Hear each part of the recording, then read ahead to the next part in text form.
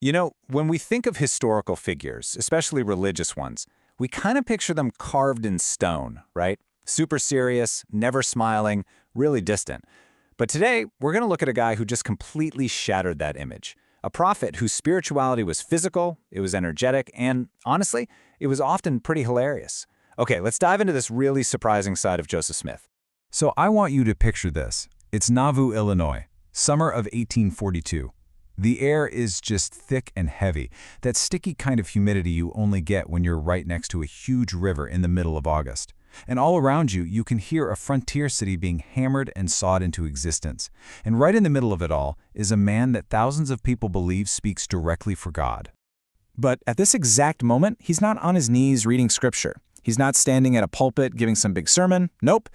Everything you'd expect a 19th century holy man to be doing is a million miles away from what's actually happening here.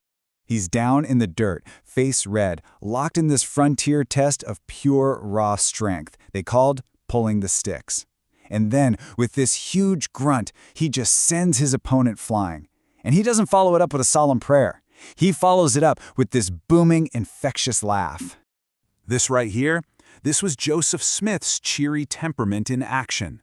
It was a kind of holiness that probably smelled more like sweat and river water than it did of incense and old books. It was this whole worldview that suggested that if God was really speaking, the right way to respond wasn't with fear, but with a big old grin.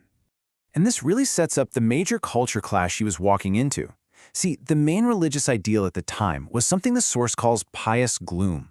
A holy man was supposed to be gaunt, humorless, just burdened, Like the weight of the world had to be on his shoulders to prove he was pious. And then you have Joseph, who was the total opposite of that. He was physical, he was laughing, he was joyful. He didn't just reject that old model. He introduced this radical, and for a lot of people, a really shocking alternative. So that brings us to the big question, right? Was all this wrestling and laughing just who he was as a person? Or was there something deeper going on? Was there an actual theology behind all this joy? Well, the answer, or at least a huge clue, is in a simple but really profound story that Joseph told himself. It's a story that's become known as the parable of the bow. So, it all starts when this man travels all the way from the east just to meet the prophet. He gets there expecting to find, a guy deep in solemn meditation, maybe communing with angels. But instead, he finds Joseph in his backyard right in the middle of a super intense game of ball with a bunch of young boys. And this visitor was just appalled, completely disgusted. To him, this was levity.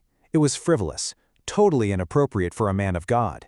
I mean, how could a guy who claims he talks to angels be wasting his time playing kids' games? Joseph didn't get mad. He didn't quote a scripture. He just gave him this simple, brilliant parable. He said, "A bow always kept bent will soon lose its spring. But if you unstring it, it will be as bright and springy as ever." And that's the whole point. For Joseph, things like relaxation, fun, and joy weren't distractions from his spiritual work. No, they were essential maintenance. A soul just like that bow needs moments of release to stay strong and flexible enough for its real purpose. Okay, but this wasn't just some fair weather happiness. This cheerfulness actually became an even more powerful tool when things got really dark. It was almost like a weapon he used against persecution and despair. Just imagine this for a second. He's a fugitive. He's hiding out from people who want to arrest him, maybe worse. His friends are standing guard outside his cabin, on edge, listening for any little sound. So what does he do? He sneaks out the back. He circles around in the dark, and then he charges the cabin, screaming like he's a one-man mob, and bursts through the door, just laughing his head off as his terrified friends are grabbing for their guns. The source has a great name for this: realistic mysticism. It's this wild idea that you can master something terrifying, like the constant threat of being attacked, by turning it into a prank. It's a hands-on, earthly, almost mischievous way to get control over your own fear. And that makes you wonder, doesn't it? Was that prank just him being immature? Or was it something way more clever? A calculated move to take the very thing they were all afraid of and strip it of its power by turning it into this moment of shared, if totally startling laughter.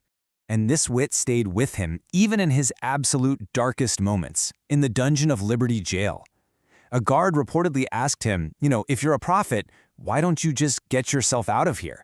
And Joseph's supposed reply was that the Lord didn't want him to leave yet because the awful jail food was just starting to taste like something. Even in a cage, his humor was a way of saying, "You don't own me."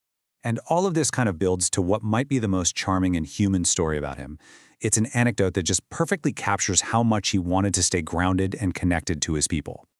So a group of very stern, very serious-faced church leaders are walking up the path for a very serious meeting.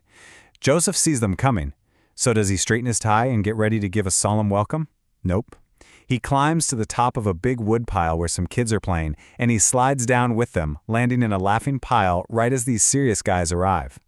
And listen, this wasn't just a random impulse. The source suggests it was a deliberate move to kind of shock the holiness right out of them.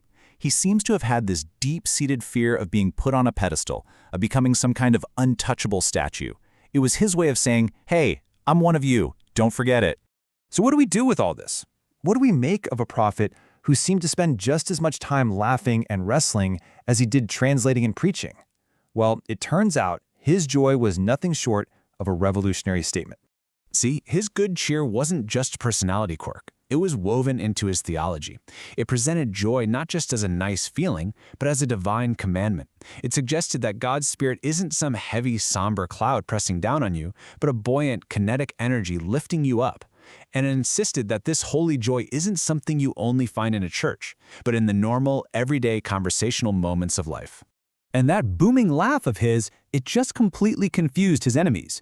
They'd show up expecting to find some dark fanatic or a scheming villain, and what they found instead was a man who seemed to be having the time of his life, even with storm clouds gathering all around him.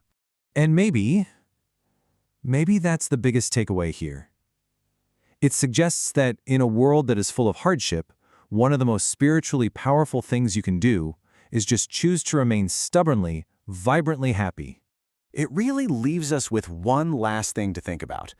We usually think of Revelation as, a voice thundering from the heavens. But what if there are other kinds? What if a well-timed joke, one that just breaks the tension and reminds us that we're all human, is its own special kind of divine message?